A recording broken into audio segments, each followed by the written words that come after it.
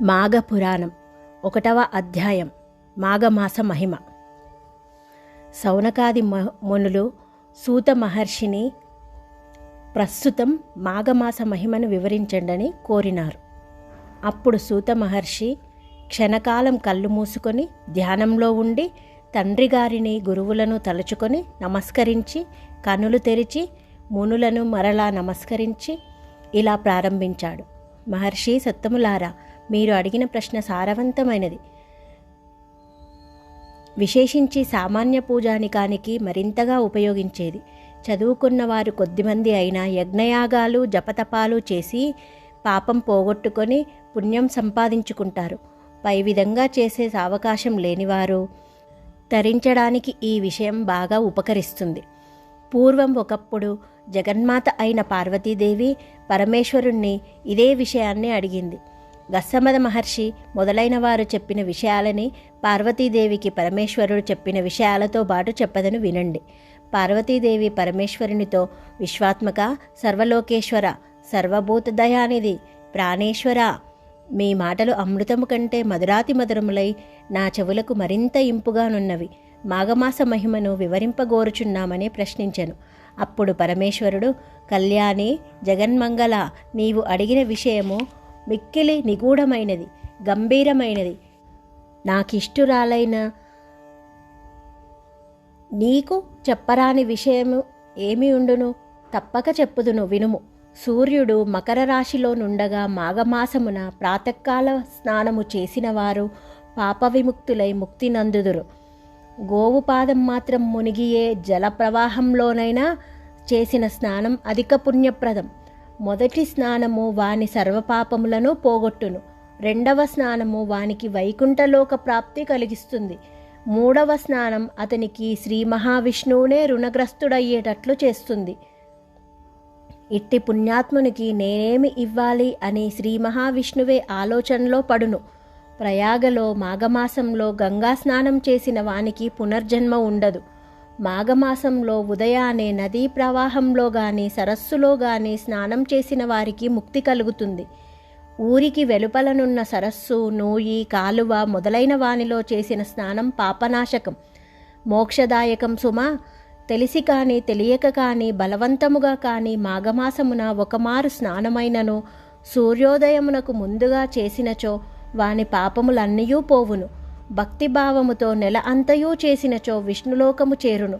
స్నానము చేసి పురాణము విన్నచో అతడు ఋషియై జన్మించును. మాఘస్నానమును మాని విష్ణువును అర్పింపక, దానము చేయక, పురాణమును వినక మాఘమాసమును గడిపిన వానికి మనోవాక్కాయ సంబంధములైన పాపములెట్లు పోవును? అతడు భయంకరమైన కుంభీపాక నరకముల బాధలో పడును. మదగర్వముచే మాఘస్నానము మానిన అతముడు నీచ జన్మలను పలుమార్లు పొందును. చలికి భయపడి స్నానము చేయని వారిని చూడరాదు. అట్టి వారిని చూచిన పాపము పోవలెనన్నచో సూర్యుని చూచి నమస్కరింపవలేను. ప్రాతకాల మాఘస్నానము చేయని వారు పెక్కుమార్లు నీచ జన్మలందుదురు. సుమా, దరిద్రులైనను బాలురనైనను ప్రాతకాల స్నానము చేసినా శ్రీ మహావిష్ణువు దయను పొందెదరు. చిన్నపిల్లలు, అశక్తులైన వృద్ధులు హరినామస్మరణ చేయుచు ముమ్మారు జలబిందువులను శరీరంపై చిలకరించుకొన్నను పుణ్యమే. నీచుడైనను మాఘస్నానము చేసిన పాపములను వీడి పుణ్యాత్ముడగును. ఎట్టి పాపకర్మలనైనా చరించిన వాడైనను మాఘమాస ప్రాతకాలమున మా యందు స్నానమాడినచో వాని పాపములను మేము నశింపజేయుదుమని జలములు ఘోషించుచున్నవి. మాఘస్నానము చేసిన వానికి సంసార భయము లేదు. ఆడంబరము కొరకు గాని భయముచే గాని బలవంతముగా గాని మాఘస్నానము చేసినవాడు పాప విముక్తుడై పుణ్యాత్ముడగును. ఆ శక్తుడు తాను మాఘస్నానము చేయలేకపోయినచో స్నానము చేసిన వానికి దక్షిణ ఇచ్చి వాని నుండి స్నానఫలమును పొందవచ్చును. మాఘస్నానము చేసి చలికి ఆగలేని వారు శ్రీహరిని స్మరించుచు మంట యొద్ద చలి కాగవచ్చును. ఈ మాసమున నిరుపేదలకు వస్త్రదానము గాని కంబల దానము గాని చేసిన స్నానఫలము నంది పుణ్యవంతులగుదురు. బలవంతముగా స్నానము చేసిన వారికి, చేయించిన వారికి పుణ్యము కలుగును. ఈ స్నానమును అన్ని వర్ణముల వారును చేయవలేను. మాఘస్నానము చేయువారికి నిందించినను పరిహసించినను నివారించినను మహాపాపములు కలుగును. పార్వతి, మాఘస్నానము సద్యోముక్తిప్రదము, దానికి సాటి లేదు. శక్తి లేని వారు కాలు చేతులను కడుగుకొని ఆచమనము చేసి పురాణము విన్నను వారికి స్నానఫలము కలుగును. అన్ని మాసములలో మాఘమాసము ఉత్తమము. శ్రీహరి దేవతలందరిలో నుత్తముడు. వృక్షములలో అశ్వత్థ వృక్షమము ఉత్తమము. తేజస్వంతులందరిలోనూ సూర్యుడు ఉత్తముడు. శాస్త్రములన్నింటిలోనూ వేదములు ఉత్తములు. కావున మాఘస్నానము చేయువారిని నిందించినను నివారించినను మహాపాపములు కలుగును. 4 వర్ణముల వారిలో బ్రాహ్మణుడు ఉత్తముడు. పర్వతములలో మేరు పర్వతము ఉత్తమము. కావున మాఘమాస స్నానమంత పుణ్యప్రదము సుమా. దిలీపుడను మహారాజు పెక్కు యాగములు చేసిన పుణ్యాత్ముడు. ఉత్తముడైన ప్రజాపాలకుడు ఇతడొకనాడు వేటకు పోయెను. అనేక మృగములను వేటాడి అలసిపోయెను. మనోహరమైన సరస్సునొకదానిని చూచి అచట కొంతకాలము విశ్రమించి తన నగరమునకు ప్రయాణమయ్యెను. అప్పుడు వృద్ధ బ్రాహ్మణుడొకడు మహారాజునకు కనిపించెను. రాజు వానికి నమస్కరించి ఆశీస్సులనందెను. ఆ బ్రాహ్మణుడు, మహారాజా, పరమ పవిత్రమైన మాఘమాసమున ఈ సరస్సున స్నానము చేయకుండా పోవుచున్నావేమి? మాఘమాసమున చేయు నదీ స్నానము గాని సరస్సు స్నానము గాని మిక్కిలి పుణ్యమునిచ్చునని ఎరుగవా అని ప్రశ్నించెను. రాజు మాఘస్నాన మహిమను చెప్పుడని కోరగా అతడు, రాజా, నీవిప్పుడు సరస్సున తప్పక స్నానము చేసి పొమ్ము. మాఘమాస స్నాన మహిమను మీ గురువగు వశిష్ఠ మహర్షి వలన తెలుసుకొనుమని చెప్పి తన దారిన పోయెను. దిలీప మహారాజు మాఘస్నాన మహిమను తెలుసుకొనవలయునని తమ కులగురువైన వశిష్ఠ మహర్షి ఆశ్రమమునకు వెళ్ళెను. గురువునను దర్శించి నమస్కరించి మాఘస్నాన మహిమను తెలుపగోరెను. వశిష్ఠ మహర్షి దిలీపుని ఆశీర్వదించి ఇట్లనెను. నాయన దిలీప, నీ కోరిక విశిష్టమైనది.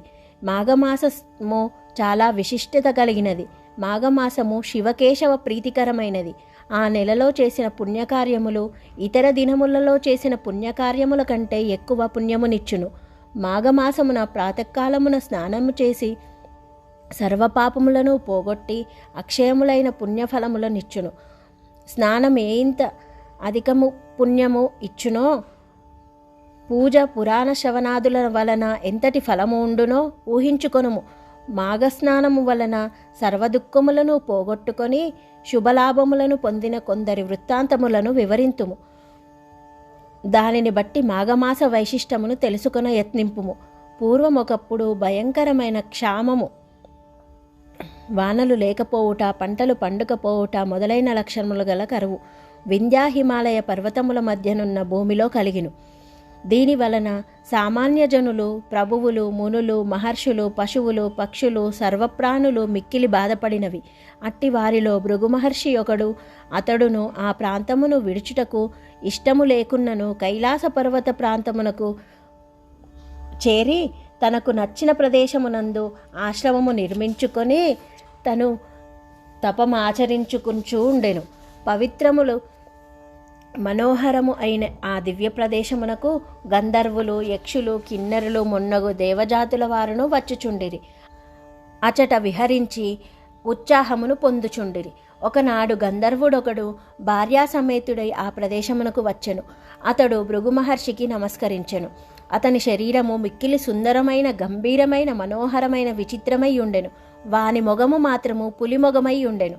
ఇందువలన అతడు ఎంత చక్కగా ఉన్ననో పులిమొగము వలన విచిత్రముగా భయంకరమై ఉండెను. అతడు భృగు మహర్షికి నమస్కరించిన తరువాత, మునీశ్వర, నాకు భోగభాగ్యములన్నీ ఉన్నవి. ఈ నా భార్యను చూచితిరి కదా. ఈమె సౌందర్యము, గుణసంపద నిరుపమానములు. నేను గంధర్వుడను. మానవుల కంటే దివ్యశక్తులు కొన్ని ఉన్నవి. కానీ భయంకరమైన, వికారమైన ఈ పులిమొగము నాకు బాధకరముగానున్నది. దీనిని పోగొట్టుకొనుట ఎట్లు తెలియరాకున్నది. ఈ వికారము వలన నాకు గల సుఖములు, భోగములు నన్ను సంతోషపరుచటలేదు. దయయుంచి నాకీ వికార రూపం పోవు ఉపాయము చెప్పుడని ప్రార్థించెను. భృగు మహర్షికి గంధర్వుని పరిస్థితికి జాలి కలిగినది. వానికి సాయపడవలయనను కొన్నాడు. నాయన, పురాకృతము కర్మము ఎవనినీ విడవదు. గత జన్మలో చేసిన పాపము వలన నీకీ స్థితి కలిగినది. పాపము, దురదృష్టము, పేదరికము ఇవి మూడును జీవిని బాధించును. ఇట్టి వానిని పోగొట్టుకొని శుభమ లాభము పొందవలెనన్నా పుణ్యనదులయందు స్నానము, పవిత్ర క్షేత్రములందు దేవపూజ చేసుకొనవలెను. ఇట్టి వానిని పవిత్రమైన కాలమున చేసినచో సద్యఫలము కలుగును. కాలమంతయు మంచిదే అయినను మాఘమాసము విశిష్టమైనది. ఈ నెలలో చేసిన స్నానము, పూజ, జపము, తపము జీవికి గల పాపమును పోగొట్టి శుభమును వెంటనే కలిగించును. అన్ని పుణ్యనదులలో స్నానాధికము చేసినచో వచ్చు ఫలితము మాఘమాసములో నదిలో గాని, సముద్రంలో గాని, కాలువలో గాని, సెలయేరులో గాని ఏ స్వల్ప జల ప్రవాహమైనను అందు స్నానము చేసినచో వచ్చును. అనగా మాఘస్నానమును ఏ ప్రవాహమును చేసినను సర్వతీర్థములందు చేసిన పుణ్యమునిచ్చినంత గొప్పది. ఏ జాతి వారికైనను అనంత పుణ్యమునిచ్చును. నీ అదృష్టవశమున ఇది మాఘమాస ప్రారంభము కావున నీ భార్యతో బాటు ప్రతిదినము ప్రాతకాలమున మాఘస్నానము, ఇష్టాదేవత పూజను అచ్చటన నున్న నదిలో చేయుము అని భృగు మహర్షి ఆ గంధర్వునకు చెప్పెను. ఆ గంధర్వుడు ముని చెప్పినట్లుగా అచటి నదిలో మాఘస్నానమును, తీరమున ఇష్టాదేవత పూజను విడువక మాఘమాసమంతయూ చేసెను. ఆ పుణ్యవశమున వాని పులిముగము పోయి వానికి సుందరమైన మొగము వచ్చెను. గంధర్వుడు ఆశ్చర్యపడి మాఘమాస మహిమను కీర్తించుచు కృతజ్ఞుడై మునికి భార్యతో పాటు నమస్కరించెను. అతని ఆశీర్వాదము నొంది తన భార్యతో పాటు తన లోకమున కరిగెను. దిలీప మహారాజా, మాఘస్నాన మహిమను గమనించితెవా? మరి ఒక కథ చెప్పదును వినుమని వశిష్ఠుడు మరల ఇట్లు పలికెను. 1వ అధ్యాయము సంపూర్ణము.